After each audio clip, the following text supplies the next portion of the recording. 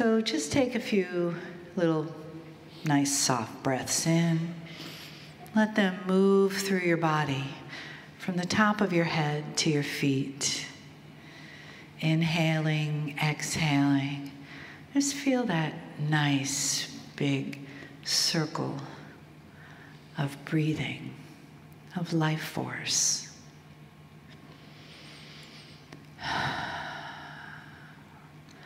And allow your whole being to get involved with that breath. Your physical, your emotional, your spiritual. So that as you breathe this beautiful breath, as we share this beautiful breath here, you can feel the love in the room and the family that is here. And whatever it took today to get you to this place, this time, this energy, just allow yourself to feel the gratitude for that.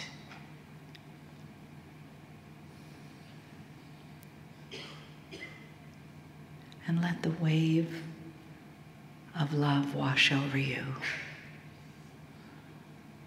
Feel it. Spirit sees you as beings of love and light, each one. And as you open your minds to that and open your hearts to what there is for you here, in this love, in this breath, in this family, and in the honoring that comes with the messages from Kryon.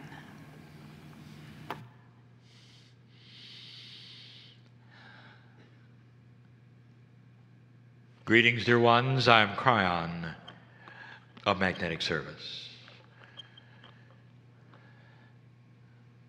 The entourage we spoke of earlier remains.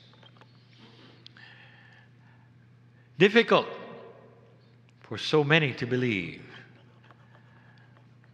It's something that old souls would say, and light workers would group together and say, well, feel the energy, see the colors.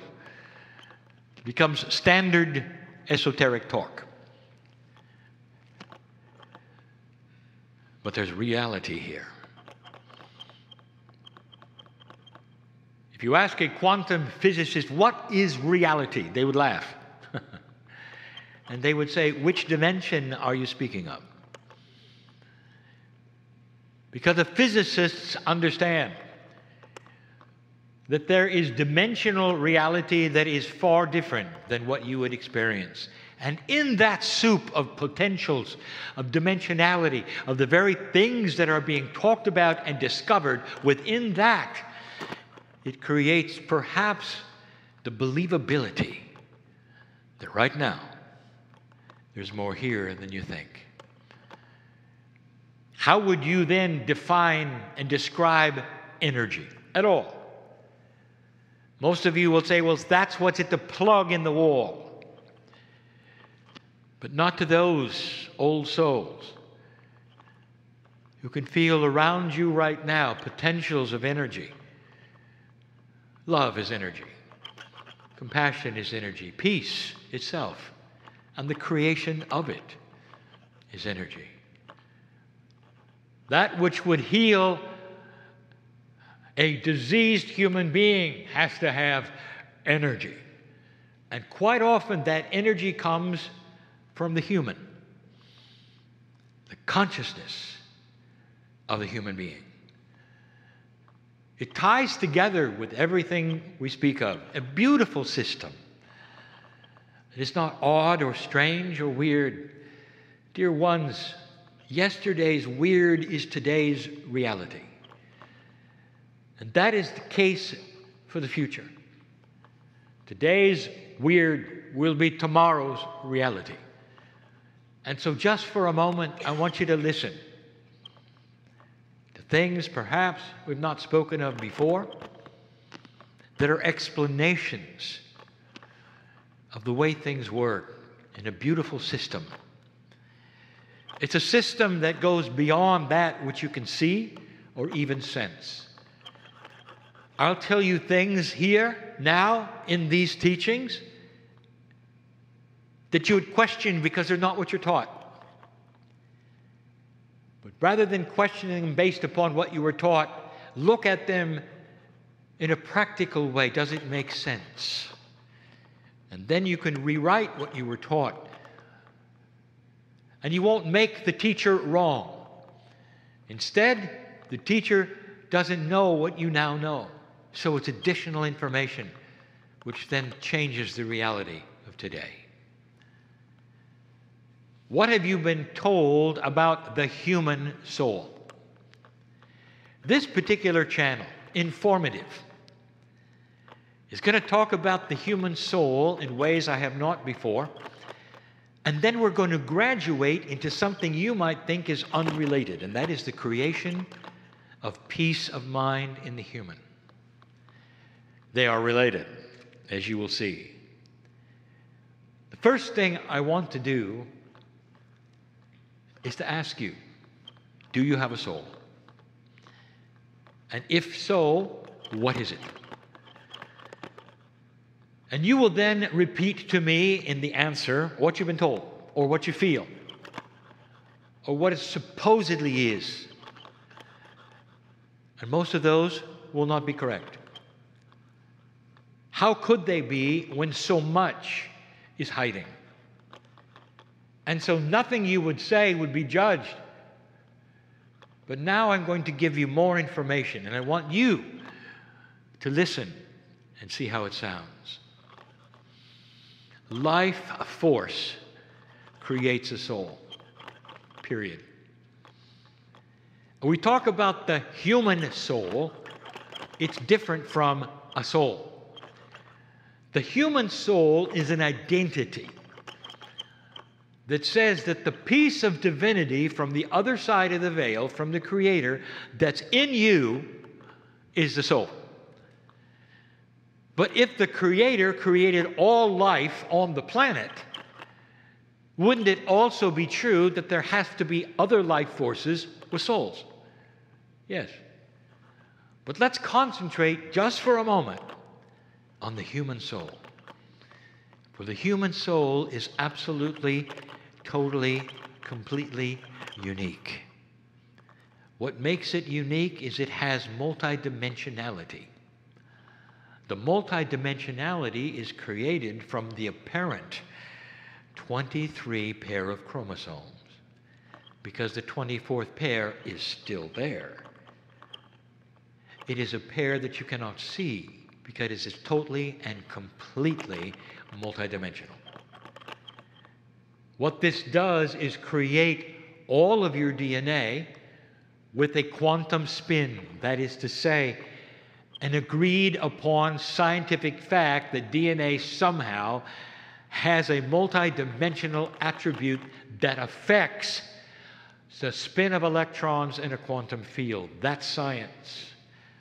Dear ones, you are the only creature on the planet that has this.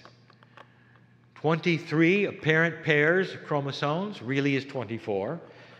It gives you a soul which has that in it of God. This is the premise of so many cultures on the planet who see this, who know it, who use it. You may actually be the minority in your culture when so much of the earth, billions of souls, believe in this. So the human soul is unique. In a moment, we'll talk about other soul and soul groups. But even with that uniqueness, there's not just one soul. Your soul is so complex and so beautiful. The patternings of your soul, the fractals that are there, the beauty of the sacred geometry within the multidimensional fractals tell about your lifetimes and who you are. where you're going, where you've been. A soul has an akash that your DNA does not. Your soul will represent that from the creative source, a source that had no beginning and will have no end. And in that soul information are the other planets you have been part of, the other systems, scenarios that you've been part of. The cosmic history of all time with no beginning. Reality says there are multiverses, not a universe. Before this universe, there were others. You were there. That soul would contain what you did, how you might have evolved in the evolution of another galaxy or two. That's how big it is. That's how big you are. That's all in a human soul. There's more. If the soul is indeed multidimensional, and it is, so much of it multidimensional, therefore there is no linearity within it. There's no singleness in it. It's multiple. So your soul is in many parts.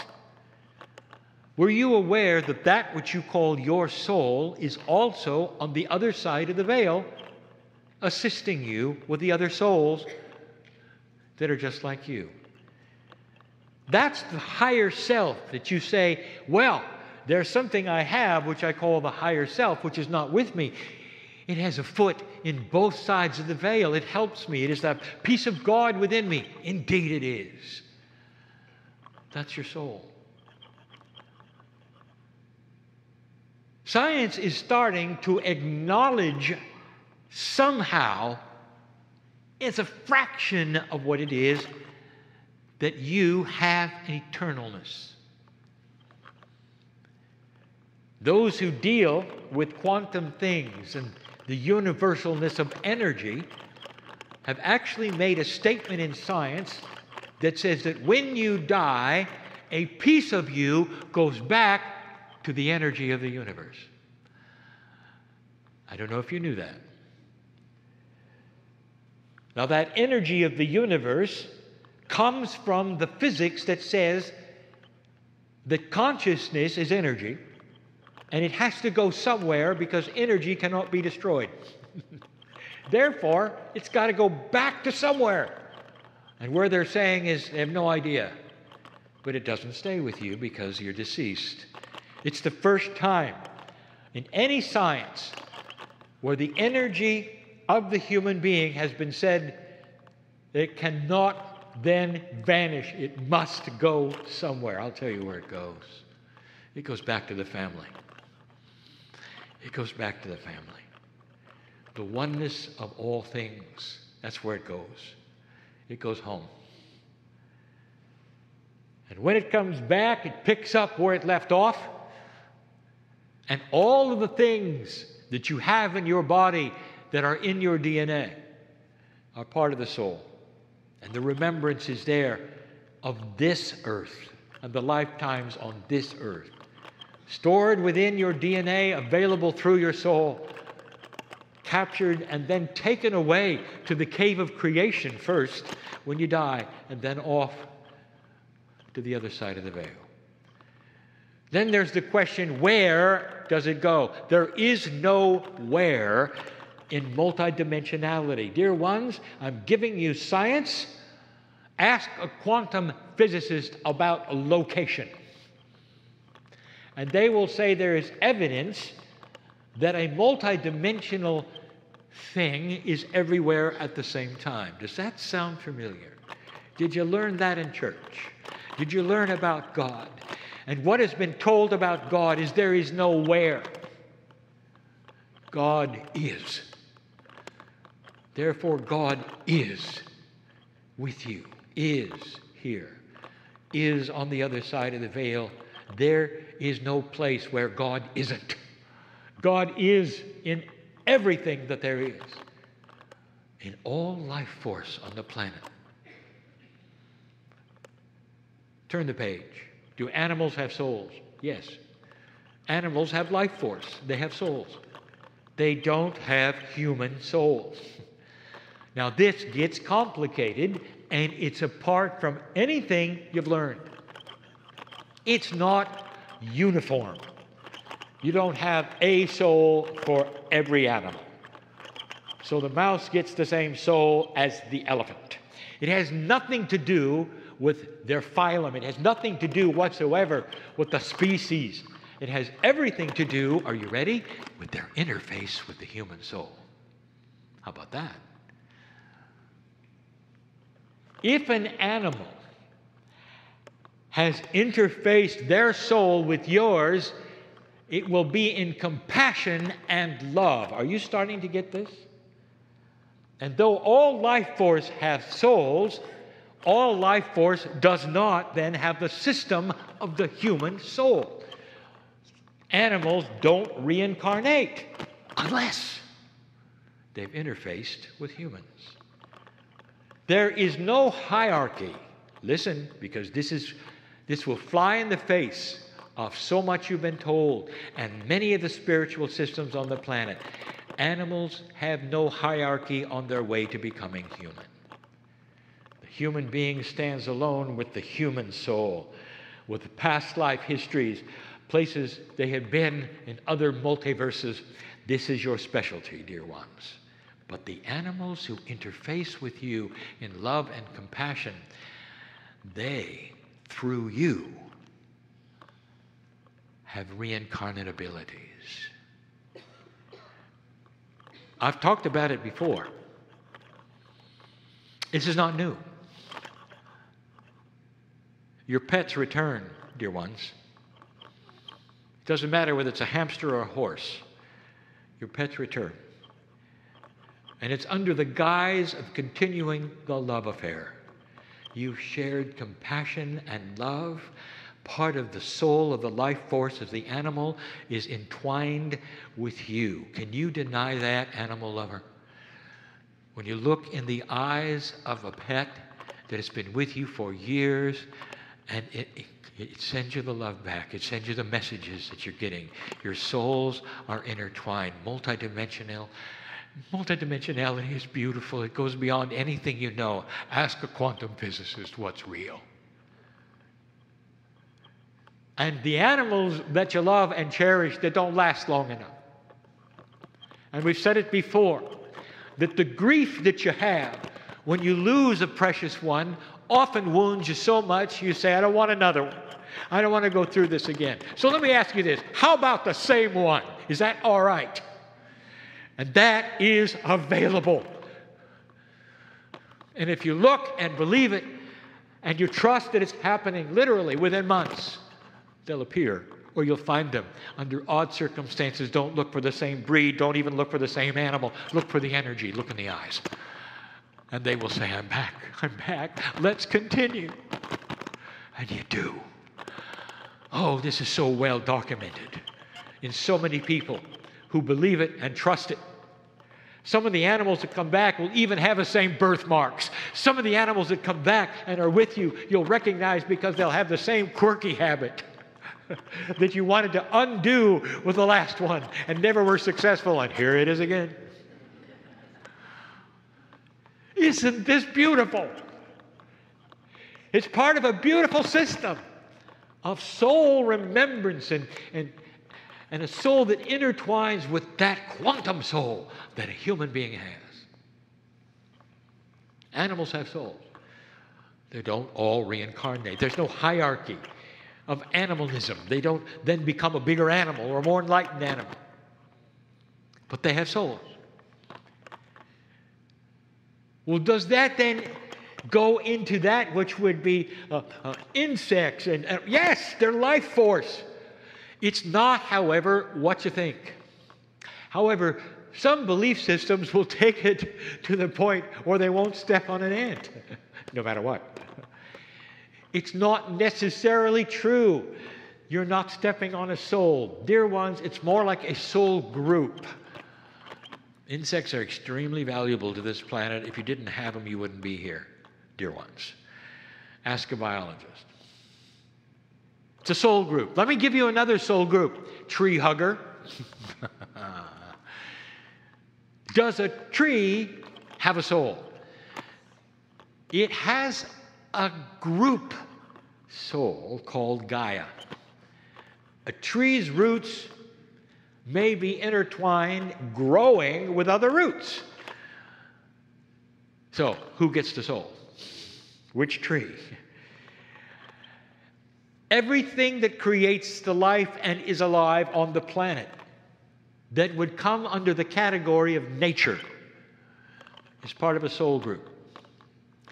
And it responds to human consciousness. Have you seen the experiments where the plant will recognize a human in a condition where the human perhaps has been angry with another plant and killed it? And when that human comes back in the room, the plant, which is still alive, reacts. And you can measure it with life force. Or how about the opposite? There are those among you call green thumb. And they have an alliance with the plants. In other words, their human soul, in a multidimensional way, is connected to the group soul of Gaia. Everything they touch grows. Interesting. Human nature can fall into several categories of interest regarding plants and this attribute of green thumb. It's in your Akash. Did you know that? The chances are this is what you did before, and before, and before. Farmers become farmers, become farmers, become farmers. The Akash is rich with this. My partner came from engineering literalness and linearity. He cannot grow anything. And he won't. There is no alliance with Gaia. Not in that way. This explains his fascination with Gaia. Because he knows it's there, he feels something, he wants it. But there's no alliance. Only because his interests are somewhere else. There's no judgment. It just is. And that means that those who do have an alliance belong where they are, planting seeds and growing things and becoming farmers. Do you see a system here? Souls of the earth. A combination soul, not individual souls. The soul of Gaia. Do you see the complexities of this? So let us then go to another subject, but it isn't. You're in a new energy on this planet. This energy is ripe with paradigm shift. A paradigm is the way things work. You've grown accustomed to certain things, the way they work. And what I'm going to tell you next is almost all of the paradigms that are personal that you have are ones that you've learned in an old energy. And they invite shift. Total and complete paradigm shift. So let's open the subject of internal peace. Dear ones, how do you get peace over things that are going on? Worldwide, government-wide, in your own life, with others you see. Old souls are sensitive. And so there's so much there that starts to react when you see things that are not right. Worse even than that is the worry and the anxiety you feel about things that are happening with you, to you, around you. That which is happening perhaps to your family, which is heartbreaking, or to yourself, which causes so much anxiety and fear, and you can't get a handle on it. You can't. We told you in a channel very recently all about fear. This has nothing to do with fear. Not really. Not really. Oh, you're afraid, but this has to do with anxiety and worry. Anxiety and worry, which always seems to be present no matter what you do. And the only escape that you have often is sleep, and even then, your dreams are filled with anxiety and worry. Or perhaps you come to a meeting like this, and for a moment or two, you can relax into the arms of Spirit, and you will feel peaceful until you leave. Sometimes there will be those who come over, help you, laugh with you. And for a few moments, it goes into the back seats, as we say, until the friends leave, and then it's yours again. I know who's here. I know who's listening. Let me tell you the paradigm that has worked in the past. You get help. And there's numerous kinds of help from different kinds of places. Now, this goes for everyone. This is not just the old soul. This goes for everyone. Help comes externally. You go to someone who can help you. Perhaps it's somebody who would be involved in spiritual things, a leader, a priest, a pastor, someone who will sit with you, a psychologist, somebody who can sit with you and make sense of your anxiety. Dear ones, these are so beautiful. These people who are helping people. And they do. And then you leave. And you're still anxious. You can't shake it. The paradigm is this. Help comes from the outside. Now I want to rewrite that. Welcome to the soul. The soul is a piece of God inside you that is so underrated. It's something that happens. It's there. Did you know that scientists have measured the human body's weight when a human being dies? There have been experiments that put a human being with their acknowledgement and with their permission on the kind of a weight scale that can measure the point of a pencil on paper. And when that human has its heart stop beating, their weight changes. And there's been different results of how much a soul weighs. But there it is again. Science saying that it has to be there. There is something about the energy of consciousness. And when it goes away, even your body weighs less. Welcome to the underrated soul. I'm going to call this channel All Grown Up, because you are now in a position in this new energy to start using that which you just thought was there because you were spiritual, or there because you were a piece of God, or there because the Creator had something to do with it. The soul is ready now to be part of the creation of peace in you. Not your brain, not your heart, not the pineal. I'm talking about your soul. Where is it? The answer is yes. It's everywhere. It's in you. It's in the Merkaba. It's around you. It is you. It belongs to you. It is multidimensional, and it is filled with energy and power, grace, compassion, help. And the new paradigm will say, get out of your head. From that which you learned from whomever, turn to that which you have instead of somebody else. How? Well, you're not going to get very far, because your habit of talking to your soul, your body, your innate, your energy has been the habit from the past. And what is that habit? And the habit is, number one, all good things come from someplace else. Number two, what you tell yourself every single day.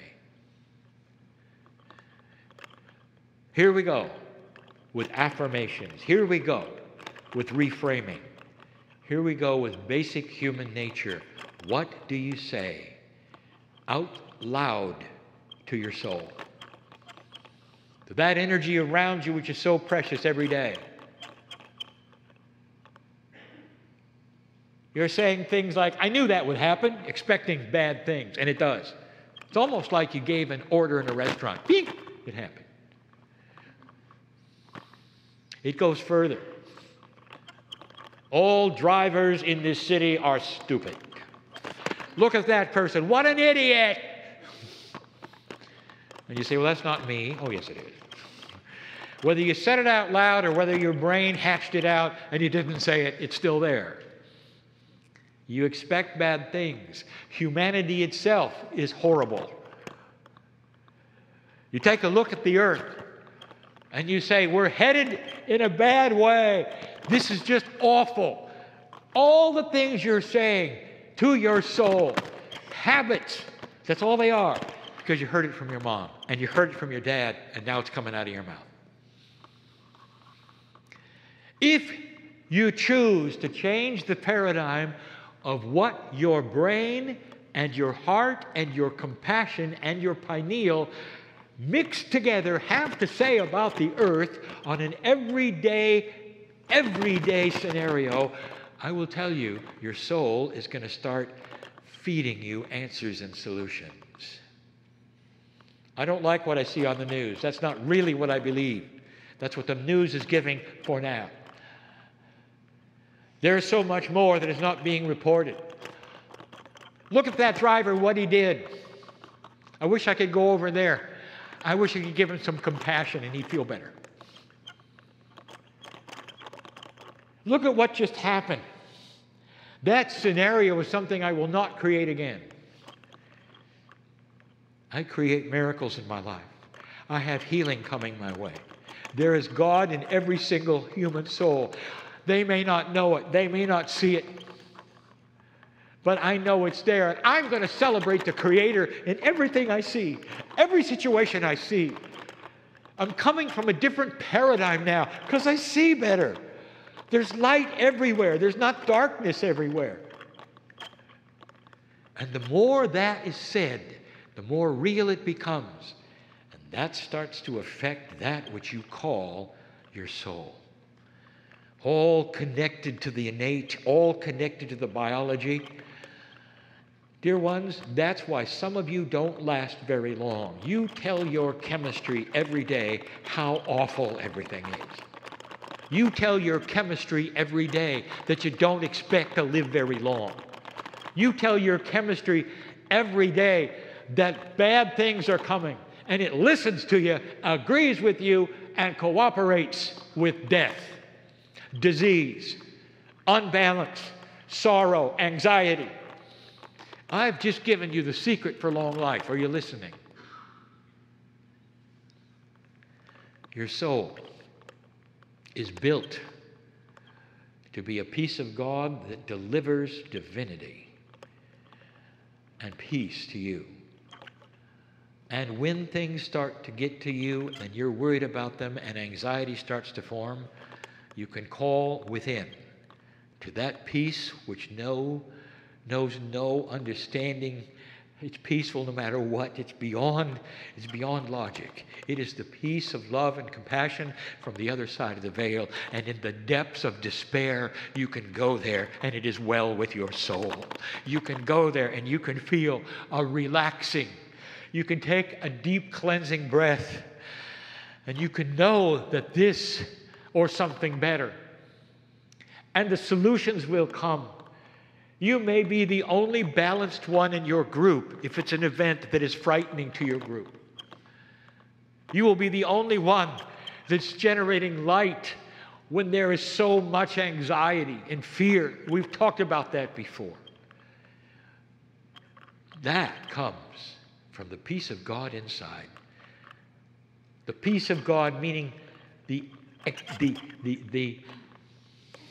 particle of the Creator that's in you. And that's what makes the human soul different.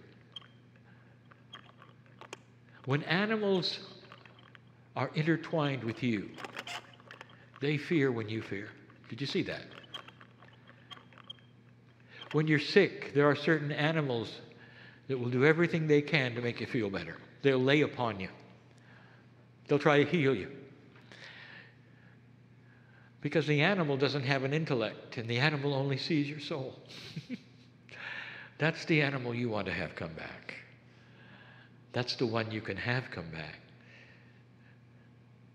Kryon, is there a time limit? Oh, intellectual. There is no time limit to love. There is no time limit to compassion when you're ready. There is a 3-month window of the death of an animal that allows a quick return, but past that, there's still a return. It's just a little harder. You got to look a little bit. This is the animal that knows your soul. Isn't it interesting that the animal would know your soul better than you do, but the intellect gets in the way. Your habits get in the way. What your parents told you is the right thing to say gets in the way. Somebody gives you a gift at Christmas, what do you say? Oh, you shouldn't have. You just told your soul and your body that you're not worthy. Do you realize that? Acceptance of gifts in a compassionate, elegant way is something you weren't trained for. Thank you so much for thinking of me. This is so special. Even if it's a lousy pair of socks. I speak from my partner's experience. Appreciation and compassion for the thought, for the idea of the gift. And not some statement that says, "Dear universe, I'm unworthy to have anything, even these socks." And that's what you do. So many. And that comes from habit. And that comes from a generation of your parents who said, this is how you accept things. What if instead you say, I'm worthy to have this? Thank you Thank you for seeing the worthiness of the peace of God in me that cooperates in the peace of God in you. And that's what makes gift giving so amazing, so elegant, so beautiful. So beautiful you could weep with the beauty of the exchange of ideas of compassion. May this change the holiday and how you see things. The soul stands ready to be reframed, reworked, reinformed, activated with a paradigm shift to what you say, what you feel, as you walk from day to day the situations that you have. May many understand this and catch themselves before they say what they were going to say, and they will understand, oh, it's just a habit. Dear body, dear universe, erase that. Here's what I meant to say. It goes a long way. Do you believe it? This is your legacy, old soul. A change in the paradigms of life. A change in the paradigms of human nature. Changes that only you can see quickly, old soul, because you've been there and you've done that, and you know what doesn't work. That doesn't work. Welcome to the new human. And so it is.